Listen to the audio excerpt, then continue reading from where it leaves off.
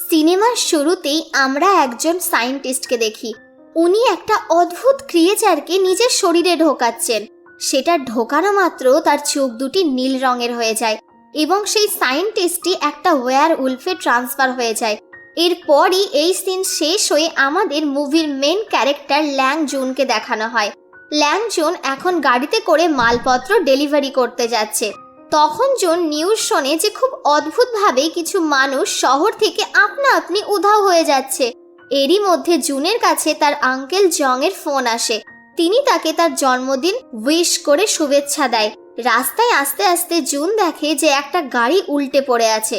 June গাড়ির মধ্যে থাকা মানুষটিকে হেল্প করতে কাছে যায়, কিন্তু যখন সে কাছে গেল দেখা যায় সেই ক্রিয়েচার যেটি সিনেমা শুরু হওয়ার আগে দেখানো হয়েছিল সেটি সেই ছেলেটির বডি থেকে বেরিয়ে জুনের হাতের মধ্যে ঢুকে গেল। তারপরই জুন একটা ওয়্যার উলফে ট্রান্সফার হয়ে যায়। তখনই সেখানে একটা সিক্রেট কমান্ডো ফোর্স আসে। ওদের দেখে মনে হচ্ছে যে এই সব কিছুই আগে থেকে প্ল্যান করা ছিল আর তারা জুনকে ধরার পরিকল্পনাতেই এসেছিল।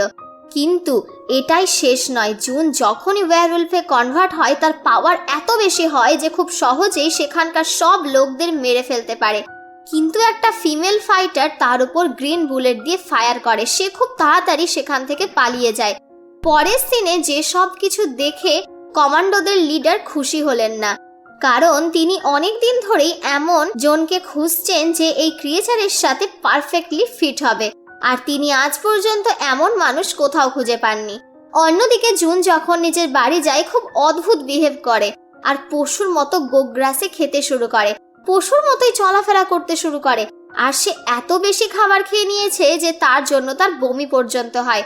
যখন সে নিজেকে আয়নায় দেখে সে নিজেকে ওয়্যার উলফে চেহারায় দেখতে পায়। তা দেখে সে ভীষণ ভয় পেয়ে যায় এবং সে বাথটবেই তার জ্ঞান হারিয়ে শুয়ে পড়ে। যখন সে জ্ঞান ফিরে পায় সে নিজের ভেতর কিছু পরিবর্তন লক্ষ্য করে, যেমন তার শোনার শক্তি অনেক বেশি পাওয়ারফুল হয়ে গেছে। অনেক দূরের আওয়াজও সে শুনতে পাচ্ছে। সেই সময় সে একটা নিউজ শুনতে পায়। নিউজে বলছে যে 12 বছর আগে উলফের যেমন স্ক্র্যাচ পাওয়া গিয়েছিল কাল রাত্রেও ঠিক তেমনই স্ক্র্যাচ পাওয়া গিয়েছে। নিউজ শুনে জুন ভীষণ আপসেট হয়ে পড়ে। তার পরের দিন সকালে জুন তার কাজে যায়। সেখানে সে দেখে যে তার বস তার উপর ভীষণ রেগে আছে, কারণ আগের রাতে সে তার মাল ভর্তি গাড়িটি রাস্তায় রেখে চলে এসেছে। রাগে তার বস তার দিকে একটা ক্যানের বোতল ছুঁড়ে তাকে মারতে চেষ্টা করে। সঙ্গে সঙ্গে জুন বোতলটি ধরে তাকেই আবার হিট করে। সেই বোতলটি ওয়ালে এতটাই জোরে লাগে যে ওয়াল কিছুটা ক্র্যাক হয়ে যায়। তা দেখে তার বস খুব ভয় পেয়ে যায়। এরপর জুন কিছু না বলেই ওখান থেকে চলে আসে। এরই মধ্যে দেখা যাচ্ছে যে জুনের ওপর কেউ একজন নজর রেখেছে। পরের সিনে জুন রাস্তায় একটা বাচ্চা মেয়েকে অ্যাক্সিডেন্টের হাত থেকে বাঁচায়। বাচ্চাটিকে বাঁচানোর পর তার নিজের ছোটবেলার কথা মনে পড়ছে। ফ্ল্যাশব্যাকে আমাদের ছোটবেলার সিন দেখানো হয়েছে যে যখন জুন ছোট ছিল তাকে দুজন বাচ্চা খুব ডিস্টার্ব করত, কিন্তু জুন ওদের থেকে খুব উইক ছিল তাই সে তাদের কিছু বলতে পারতো না। কিন্তু তখনই সেখানে তার ফ্রেন্ড এসে তাকে বাঁচায়। এইবার জুনের মনে পড়েছে যে আজ তার ফ্রেন্ডের বক্সিং ম্যাচ আছে, তাই সে তাড়াতাড়ি করে তার ফ্রেন্ডের বক্সিং ম্যাচ দেখতে যায়। বক্সিং ম্যাচে দেখা যাচ্ছে যে তার ফ্রেন্ড অপোনেন্ট টিমের সাথে ফাইটে জিতে যায়, কিন্তু তারপরও তার অপোনেন্ট প্রতিশোধ নিতে তাকে নিচে ফেলে দেয়। কিন্তু সেখানে জুন এসে তাকে ধরে ফেলে বাঁচায়। তখনই সেখানে জিমের ওনারের ছেলে আসে এবং জুনের দিকে বক্সিং এর চ্যালেঞ্জ ছুড়ে দেয়, আর জুনও রাগের মাথায় চ্যালেঞ্জ একসেপ্ট করে নেয়। যখন দুজনের ফাইট হয় জুন একটা হিটেই বেহোশ হয়ে যায়। এরপরই আমরা কমান্ডোর লিডারকে দেখি, যিনি এখনো ল্যাং জুনের ওপর নজর রেখে চলেছেন। এখানে আমরা জানতে পারি যে সায়েন্টিস্টকে মুভি শুরু হওয়ার আগে দেখানো হয়েছে সে আসলে জুনের বাবা। তিনি কোনো কারণে মারা গিয়েছেন এবং জুনের মাও মারা যান কোনো অসুস্থতার কারণে। এই কারণে জুন ছোটবেলা থেকেই একা একা মানুষ হয়েছে। এর সাথে এটাও জানা যায় যে জুনই হলো লাস্ট হোপ তাদের এক্সপেরিমেন্টের, কারণ যে ক্রিয়েচার জুনের ভেতরে ঢোকানো হয়েছে সেটা একদম পুরোপুরিভাবে তার শরীরে ফিট হয়েছে, তাই তাদের একমাত্র ভরসা জুন। তাই কমান্ডোর লিডার তার লোকেদের অর্ডার দিল যে যত তাড়াতাড়ি সম্ভব জুনকে ধরতে হবে। পরের সিনে জুনের জ্ঞান ফিরে আসে। সে দেখে যে সে তার ফ্রেন্ডের বাড়িতে আছে। সে জুনকে জিজ্ঞাসা করে যে আমি বারণ করা সত্ত্বেও কেন তুমি চ্যালেঞ্জটা অ্যাকসেপ্ট করলে। জুন ওকে কিছু বলতেই যাচ্ছিল, তখনই ওর চোখ ওর ফ্রেন্ডের গালের ব্যান্ডেজের ওপর পড়ে। এই ব্যান্ডেজটি স্যানুলিয়ান কোম্পানির সাথে যুক্ত আছে। আসলে ওই কোম্পানিতে জুনের বাবা ও একটা মেয়ে কাজ করত। এই মেয়েটি সেই মেয়ে যে সেই রাতে জুনের ওপর ফায়ারিং করে। এরপর জুনের ফ্রেন্ড জুনকে তার ভাইয়ের ছবি দেখিয়ে বলে যে কিছুদিন আগেও অদ্ভুতভাবে হারিয়ে গিয়েছে তার ভাই, আর তাকে কোথাও খুঁজে পাওয়া যাচ্ছে না।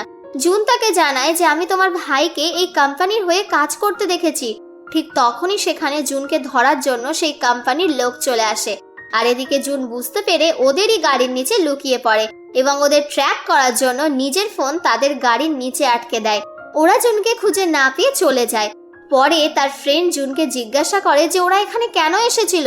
জুন তখন বলে যে ওরা আমায় ধরে নিয়ে যেতে এসেছিল, কারণ আমার মধ্যে একটা ক্রিয়েচার আছে আর ওরা ওটা নিয়ে রিসার্চ করতে চায়। এরপর জুন এই বিষয়ে আরো জানতে তার আঙ্কেলের কাছে যায়। সে তার আঙ্কেলের ল্যাবরেটরিতে পৌঁছে দেখে সেখানে চারিদিকে আগুন লেগেছে। সে সেখানে গিয়ে তার আঙ্কেলকে বাঁচায় এবং জুন তার আঙ্কেলকে সেই কোম্পানির ব্যাপারে জিজ্ঞাসা করে, কিন্তু আঙ্কেল সেই কোম্পানির ব্যাপারে কিছুই বলতে পারে না। ওখান থেকে জুন যখন ফিরে আসছে, রাস্তায় দেখা যাচ্ছে যে জুনকে কেউ চুপি চুপি ফলো করছে। এইবার জুন বুঝতে পেরে তাকে ধরে ফেলে এবং তাকে ধরে নিয়ে যায় তার ফ্রেন্ডের বাড়ি। ওই ছেলেটি তাকে বলে, আমি তোমায় ফলো করতে চাই না, আসলে আমি তোমার কাছ থেকে স্যানুলিয়ান কোম্পানির ব্যাপারে জানতে চাই, তাই আমি তোমায় ফলো করছিলাম। ওই ছেলেটি আসলে একজন হ্যাকার যে বড় বড় ক্রিমিনালদের খুব সহজেই ধরে ফেলেছে। এইবার জুন সেই ছেলেটিকেও নিজের টিমের মধ্যে নিয়ে নিল। সে বুঝতে পেরেছিল যে যদি এই ছেলেটি তার টিমের মধ্যে আসে তো তারই লাভ হবে, কারণ সে সেই কোম্পানির ব্যাপারে সব ইনফরমেশন জুনকে বলতে শুরু করে। সেই ছেলেটি জুনকে বলে যে ওই এমন একটা কোম্পানি যেটি অয়েলের বিজনেসের জন্য ফেমাস, কিন্তু ওই কোম্পানির একটা ডার্ক সাইডও আছে। ওরা অন্য কান্ট্রি থেকে ইল্লিগাল ভাবে কেমিক্যাল ওয়েপন নিয়ে এসে ব্যবসা করে, আর এই কোম্পানিতে জুনের বাবা ও আঙ্কেল কাজ করত। ছেলেটি জুনের ফ্রেন্ডকে বলে যে তার ভাই উধাও হওয়ার আগে তার সাথেও সে কন্ট্যাক্ট করেছিল। ছেলেটি তাদের জানায় যে যে সকল লোকজন উধাও হয়েছে তাদের উধাও হওয়ার আগে একটা গেম খেলার অপশন দেওয়া হয়। এই কথায় জুনের ফ্রেন্ডও সায় দেয়। সে বলে যে আমার ভাইও এরকম একটা অফার পেয়েছিল। পরের দিন জুন তার ফ্রেন্ডের সাথে কোথাও ঘুরতে গিয়েছে। ঠিক সেই সময়ই সেই ছেলেটির ফোন আসে যে সেই কোম্পানির ব্যাপারে সব রকম ইনফরমেশন দিয়েছে। সেই ছেলেটি কিছু বলতেই যাচ্ছিল, কিন্তু হঠাৎ সেখানে কমান্ডোরা এবং তার আর্মি চলে আসে জুনকে ধরার জন্য। জুন নিজের ফ্রেন্ডকে বাঁচানোর জন্য তাদের সাথে যেতে রাজি হয়ে যায়। জুন তাদের সাথে গাড়িতে বসে সেখান থেকে চলে যায়, কিন্তু তার ফ্রেন্ড হার মানে না। সে তাদের গাড়ির পেছনে দৌড়ে ফলো করে এবং গাড়িটিকে থামিয়ে দেয়। এইবার সে প্রত্যেকের সাথে ফাইট করে, কারণ সে একজন ভালো বক্সার। তাই সে খুব ভালোভাবেই সেই কমান্ডোদের সাথে মারপিট করে এবং তাড়াতাড়ি জুনকে সেখান থেকে বের করে নিয়ে আসে। এরপর তারা দুজনেই আঙ্কেল জং এর কাছে যায় এবং এইসব কেন হচ্ছে সেই ব্যাপারে জিজ্ঞাসা করে। এখন আঙ্কেল তাদের সব কিছুই জানিয়ে দেয়। সে বলে যে আমি আর তোমার বাবা এই কোম্পানির হয়েই কাজ করতাম। সেই কোম্পানিতে আমরা একটা মেডিসিন বানাতে চেয়েছিলাম, যে মেডিসিন দিয়ে সব রকম অসুখ সারানো যাবে। কিন্তু যখন তোমার বাবার মৃত্যুর খবর জানতে পারলো তখন তারা ভীষণভাবে ভেঙে পড়লো আর তার সাথে সাথে এই প্রজেক্টও বন্ধ করে দিল। এইবার জং এর কথা শুনে জুন তার বাবা কিভাবে মারা গিয়েছে তার ব্যাপারে জানতে চায়। তখন তার আঙ্কেল বলে যে তোমার মা যে একটা অসুখের কারণে মারা গিয়েছে, তোমার মায়ের মৃত্যুতে তোমার বাবা খুব আপসেট হয়ে পড়েন, তাই তিনি স্যানুলিয়ান কোম্পানির সাথে ভবিষ্যতে আর কাজ করতে চান না। কিন্তু কোম্পানির লোকেদের তোমার বাবার কথা পছন্দ হয়নি, তাই তারা প্ল্যান করে তোমার বাবাকে একটা রুমের মধ্যে বন্ধ করে রেখে আগুন জ্বালিয়ে মেরে ফেলেছে।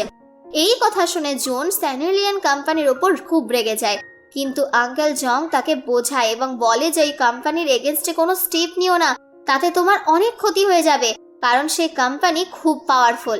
এরপরই সেই কোম্পানির লোক সেখানে পৌঁছে যায়। তারা এসে আঙ্কেলের ওপর ফায়ারিং করে তাকে মেরে ফেললো।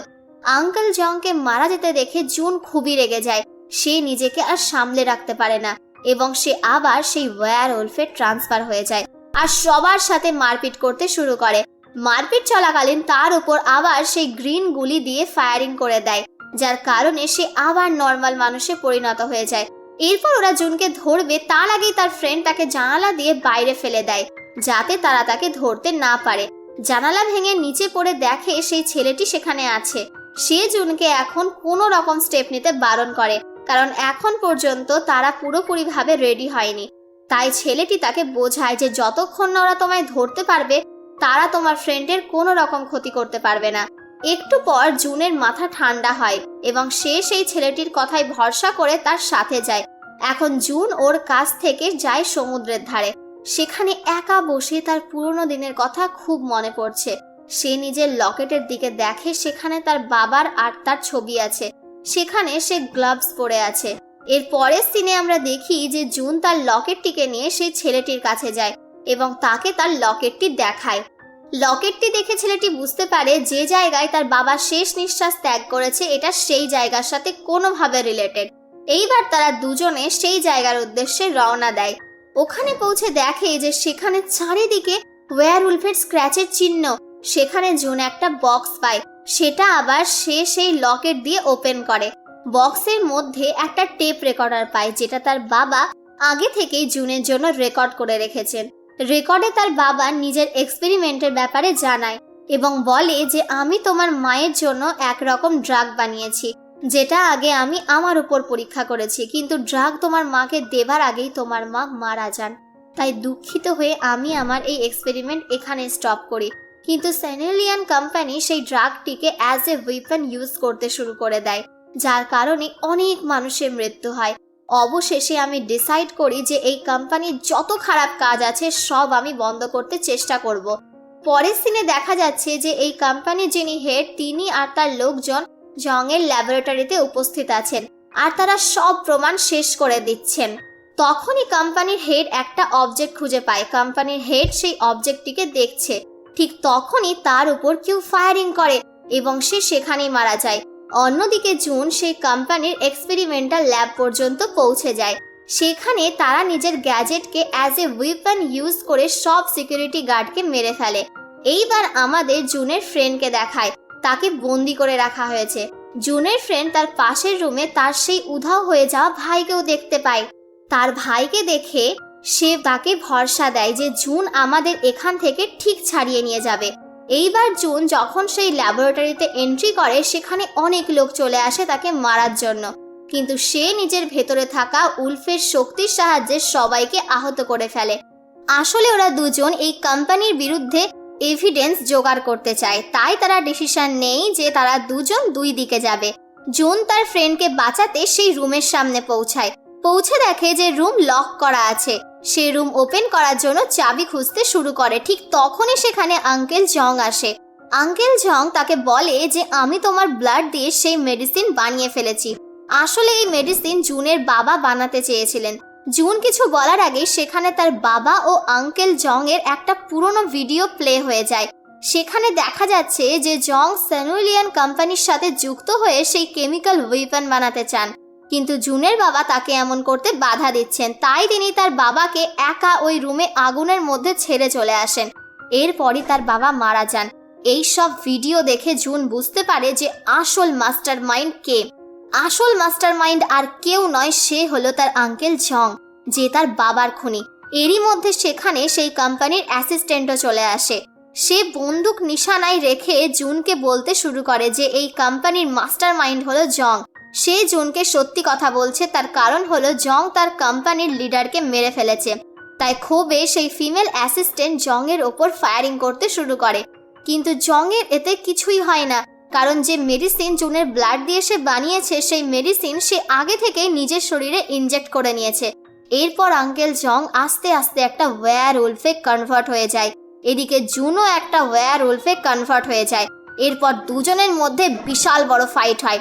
তারা ফাইট করতে করতে বাইরে চলে এসেছে। অন্যদিকে জুনের ফ্রেন্ড এবং তার ভাইও রুম থেকে বেরিয়ে এসেছে। এইবার জুনের ফ্রেন্ড জুনকে বাঁচানোর জন্য জং এর গলায় একটা রশি বেঁধে দেয়, কিন্তু এতে জং এর কিছুই হয় না, উল্টে সে জুনের ফ্রেন্ডকে ঘায়েল করে দেয়। এর আগে ও জুনের ফ্রেন্ডকে মেরে ফেলে। জুন তার গলার রশিটিকে ওপর দিকে টেনে দেয়।